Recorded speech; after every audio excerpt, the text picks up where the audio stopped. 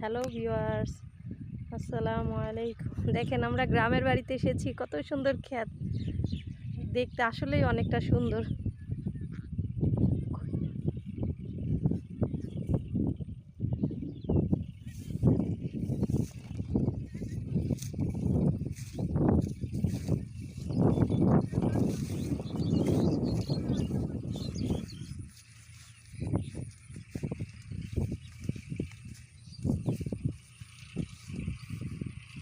সবুজের সমারোহ, কত সুন্দর।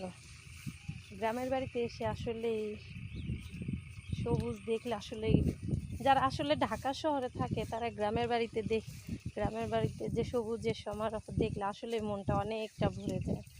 কতটা সুন্দর দৃশ্য।